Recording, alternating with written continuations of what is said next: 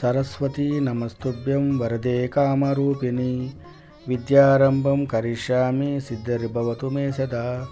సరస్వతీ నమస్తుభ్యం సర్వదేవీ నమో నమః. శాంతరూపే శశిధరే సర్వయోగే నమో నమః. మాఘశుక్ల పంచమి, దీనిని వసంత పంచమి, శ్రీ పంచమి, మదన పంచమి అని పేర్లు. జ్ఞానము మనిషిని మనిషిగా తీర్చిదిద్దుతుంది. జ్ఞానము, విద్య, చదువు పర్యాయ పదాలు. విద్యకు ఆదిదేవత జ్ఞానప్రదాయిని అయిన శ్రీ సరస్వతీదేవి జన్మదినంగా భావించి స్మరించి పూజించే రోజే వసంత పంచమి. వసంత పంచమి హిందూ క్యాలెండర్ ప్రకారం మాఘమాసంలో 5వ రోజున జరుపుకుంటారు. సరస్వతీదేవి కళలు, సైన్స్, సంగీతము మరియు జ్ఞానానికి దేవత.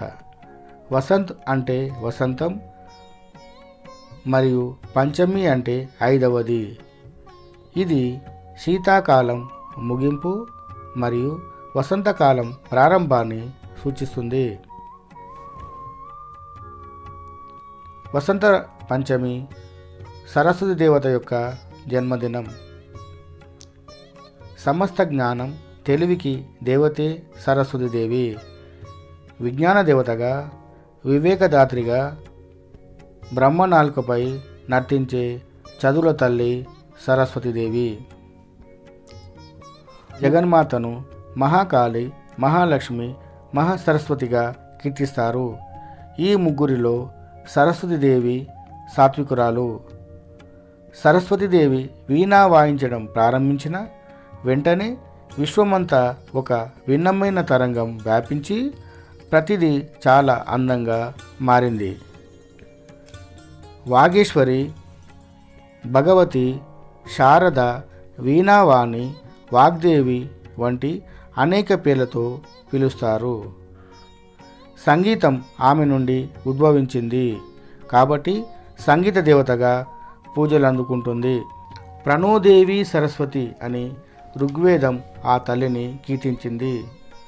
సరస్వతి శబ్దానికి ప్రవాహం అనే అర్థం కూడా ఉంది. ఈ ప్రవాహం చైతన్యానికి ప్రతీక.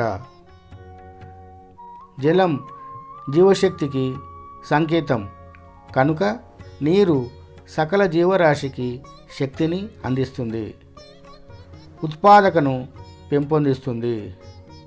ఉత్పాదక శక్తికి ప్రతిఫలమే సరస్వతి. ఉత్పాదకుడైన సృష్టికర్త అయిన బ్రహ్మకు శారదే శక్తిదాయిని.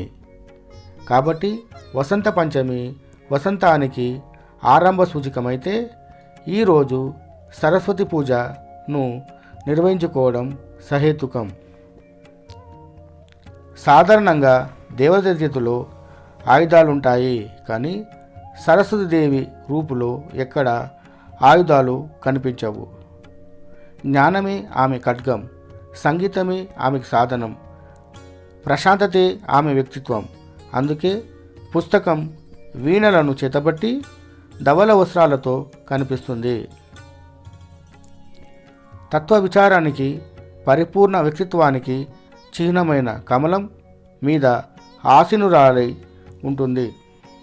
జ్ఞానాన్ని ఆశించే ప్రతి ఒక్కరూ గణపతిని పూజించి సరస్వతిని పూజిస్తూ సరస్వతీ నమస్తుభ్యం అంటూ ఆమెకు తొలి పూజలు అందిస్తారు. సరస్వతీదేవి వర్ణనలు మారుతూ ఉంటాయి. అయినప్పటికీ ఆమె యొక్క తెల్లని దుస్తువులు ధరించి భారీ తామర పువ్వు లేదా నెమలిపై కూర్చున్నట్లుగా తలపై చంద్రవంకతో చిత్రీకరించబడి ఉంటుంది. సరస్వతీదేవికి 4 చేతులున్నాయి. అవి వరుసగా జ్ఞానం, మనసు, చురుకుతనం, అహంకారానికి ప్రతీక. ఇతర 2 చేతులలో సితారా వాయిద్యం వాయిస్తూ మిగతా 2 చేతులలో గ్రంథాలను మరియు తామర పువ్వును మోస్తున్నట్లుగా కొన్ని వైవిధ్యాలు చూపిస్తున్నాయి. కమలం మీద కూర్చోకుండా ఆమె తెల్లని హంసపై ప్రయాణిస్తుంది. వసంత పంచమి రోజున సూర్యోదయానికి ముందే తలస్నానం చేసి పసుపు లేదా తెల్లని వస్త్రాలు ధరించాలి. సరస్వతీదేవి విగ్రహం లేదా పటాన్ని ఉత్తర దిక్కున పెట్టి పూజించాలి. పూజ కోసం దేవతా విగ్రహం లేదా చిత్రపటాన్ని ఎన్నుకునేటప్పుడు తామర పువ్వు మీద కూర్చున్న భంగిమలో ఉన్న విగ్రహాన్ని ఎంచుకోవాలి. సరస్వతీదేవి నిలబడి ఉన్న భంగిమలో ఉన్న విగ్రహాన్ని కానీ చిత్రపటాన్ని కానీ పూజకు వినియోగించరాదు. పసుపు లేదా తెలుపు రంగు వస్త్రాలు అమ్మవారికి సమర్పించాలి. పసుపు, కుంకుమ, గంధం, అక్షింతలు, పసుపు రంగు పూలు మరియు నైవేద్యమును సమర్పించాలి. అమ్మవారి ముందు సంగీత వాయిద్యాలు, పుస్తకాలు, పెన్నులు ఉంచి పూజ చేయాలి. అక్షరాభ్యాసం చేయించే పిల్లలను అమ్మవారి ముందు కూర్చోబెట్టి వారిచే అక్షరాభ్యాసం చేయించాలి. అమ్మవారి దగ్గర అక్షరాభ్యాసం చేయిస్తే పిల్లలు జ్ఞానవంతులు అవుతారు. సరస్వతి ప్రార్థన వలన వాగ్బుద్ధి, సద్బుద్ధి పొందుతారు. మేధ, ఆలోచన, ప్రతిభ, ధారణ, ప్రజ్ఞ, స్ఫురణ శక్తుల స్వరూపమే శారదాదేవి. శ్రీ పంచమి రోజు ముహూర్తం లేకపోయినా ఏదైనా మంచి పనిని ప్రారంభించడం శుభమని భావిస్తారు. కాళిదాసు మహాకవి అమ్మవారి అనుగ్రహంతో అమ్మను స్తుతిస్తూ అనేక సూత్రాలను రచించాడు.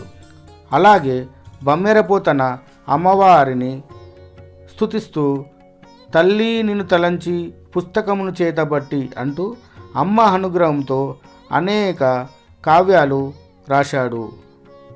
తెలుగు రాష్ట్రాలలో ప్రసిద్ధి పొందిన బాసరా క్షేత్రంలో సరస్వతీదేవి కొలువై ఉన్నది. ఇక్కడ అక్షరాభ్యాసం చాలా ప్రసిద్ధి. కురుక్షేత్ర యుద్ధం వల్ల మనసు చలించిపోయిన వ్యాస భగవానుడు తపస్సు చేసుకోవడానికి గోదావరి తీరంలో ఉన్న బాసరకు వచ్చి తపస్సు చేయడంతో వ్యాసుల వారికి సరస్వతీదేవి సాక్షాత్కరించి ఇసుకతో తమ విగ్రహాన్ని రూపొందించమని చెప్పిందట.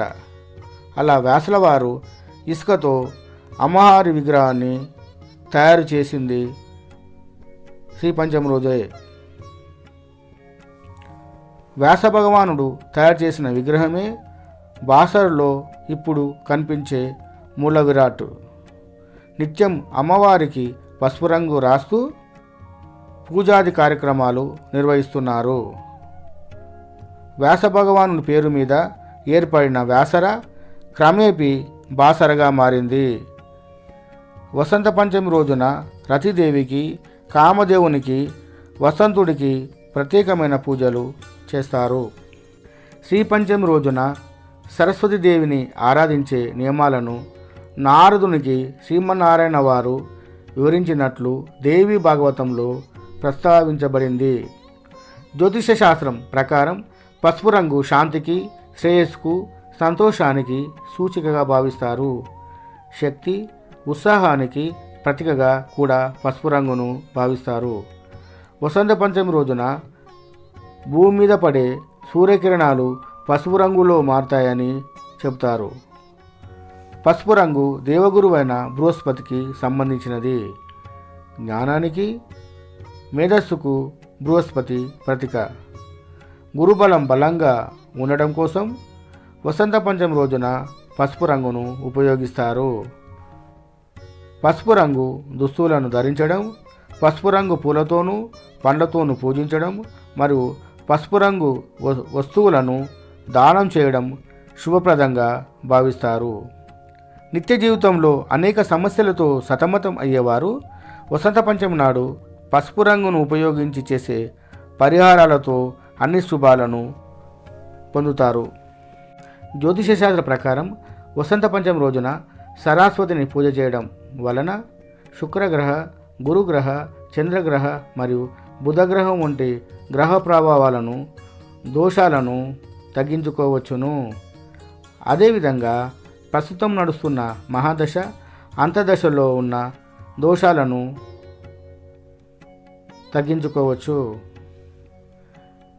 ఇక పరిహారాల విషయానికి వస్తే ప్రతినిత్యం అమ్మవారికి సంబంధించిన శ్లోకాలను, సూత్రాలను, అష్టోత్తర నామాలను పఠించడం వలన, సరస్వతీదేవి కొలువై ఉన్న క్షేత్రాలను దర్శించడం వలన, సరస్వతి హోమం చేయడం ద్వారా, పేద విద్యార్థులకు విద్యాదానం చేయడం, నోటు పుస్తకాలు, పెన్నులు, తెల్లని దుస్తువులు పంచడం ద్వారా పేద విద్యార్థులకు వారి ఉన్నత చదువు కొరకు ఆర్థికంగా ఆదుకొని వారిని తోడ్పాటును అందించడం ద్వారా అమ్మ జ్ఞానసరస్వతి యొక్క అనుగ్రహాన్ని పొంది సకల శుభాలను పొందవచ్చు.